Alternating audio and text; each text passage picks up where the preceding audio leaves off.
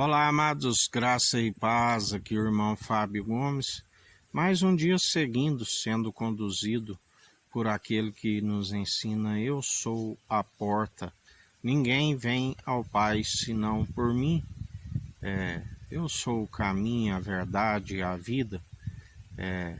aquele que nos ensina. O caminho é de retidão, é de integridade, é sinceridade, o temor, que é o princípio da sabedoria. Aqueles que mesmo que ainda há essas virtudes de Cristo segundo o seu Espírito, ele nos submete à prova, assim como Jó,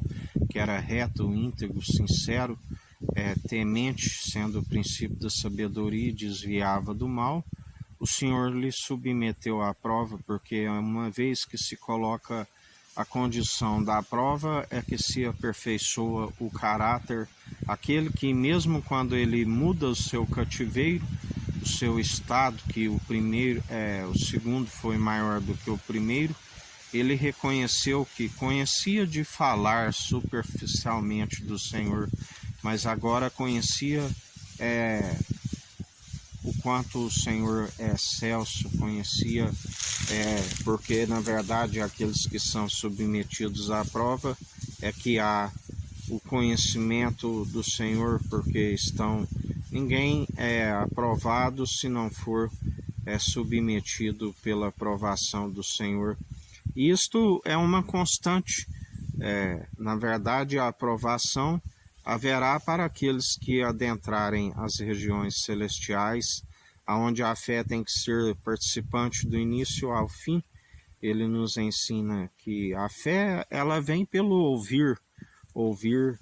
o Espírito, ouvir as boas novas, ouvir o Senhor. Deus Altíssimo concede a sabedoria liberadamente a qualquer um,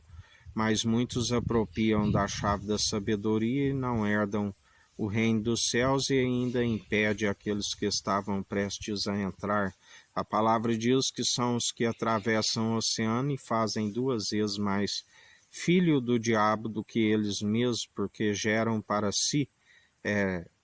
Paulo já dizia, por acaso, quando havia divisões na igreja, ele dizia: por acaso posso dizer que um é de Paulo, o outro é de Apolo?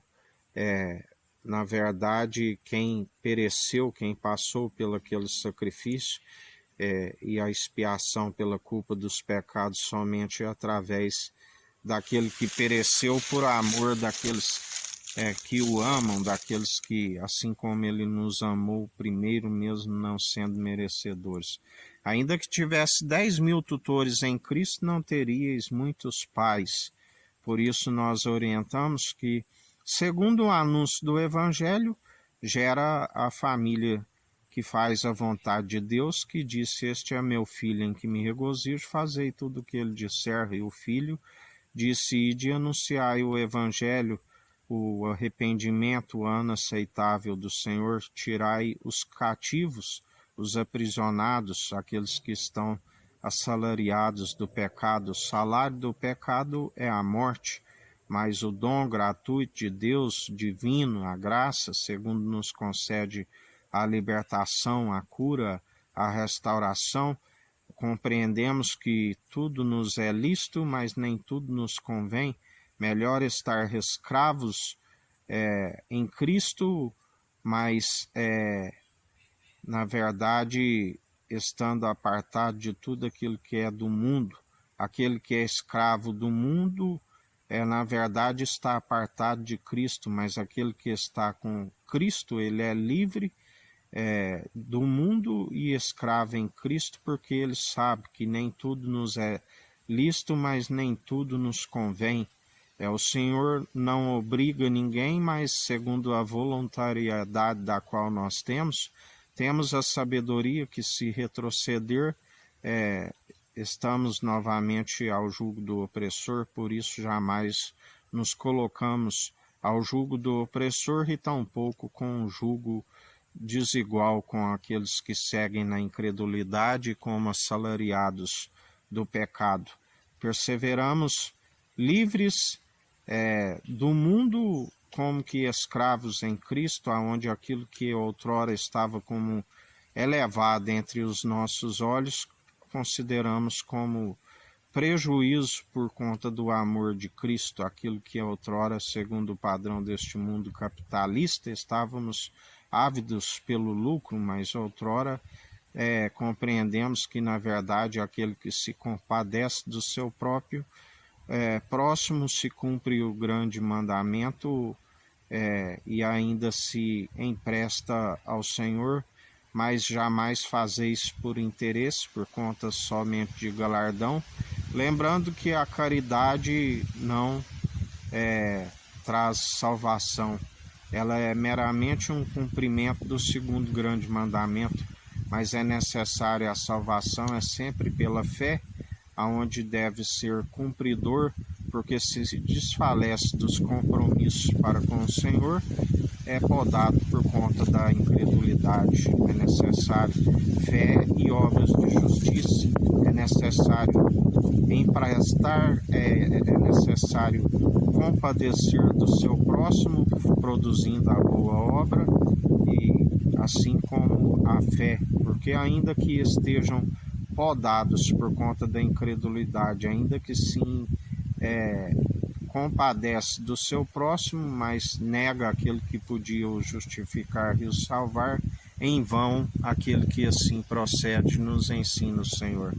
Por isso, sempre a fé, juntamente com as obras, sempre compadecendo do seu próximo, não somente do ouro e da prata terreno, mas também segundo a palavra preciosa que tira aqueles que estão escravos segundo o padrão deste mundo,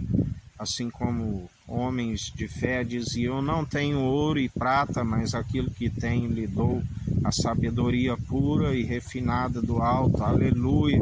que pode vos conceder buscar o reino dos céus e a sua justiça, e todas as demais coisas lhe serão acrescentadas, assim quando ele nos tem acrescentado, mesmo porque aquele que busca esta sabedoria já não tem mais avidez por aquilo que é terreno, vive seja na pobreza, seja no pouco, seja na riqueza, está sempre jamais satisfazendo a sua alma para aquilo que é terreno e elevado, mas sim se